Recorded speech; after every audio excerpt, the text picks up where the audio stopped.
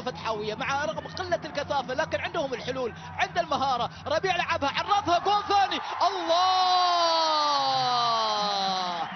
أجمل الكرات ما فيها اختصار، أجمل ما في كرة القدم أن تختصر كل المسافات، أن تختصر كل الكلمات، أن تختصر كل قواميس اللغة العربية في كرة جميلة جدا. دوريس سلمون درس في كرة القدم، ليس بالمعنى أن تهاجم فقط وأن تضيع الكرات.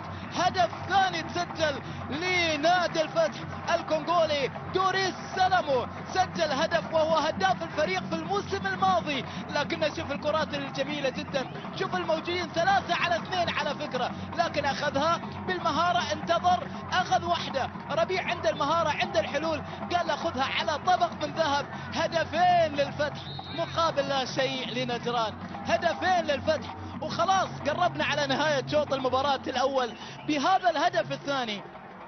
أعتقد أن جزء من الآمال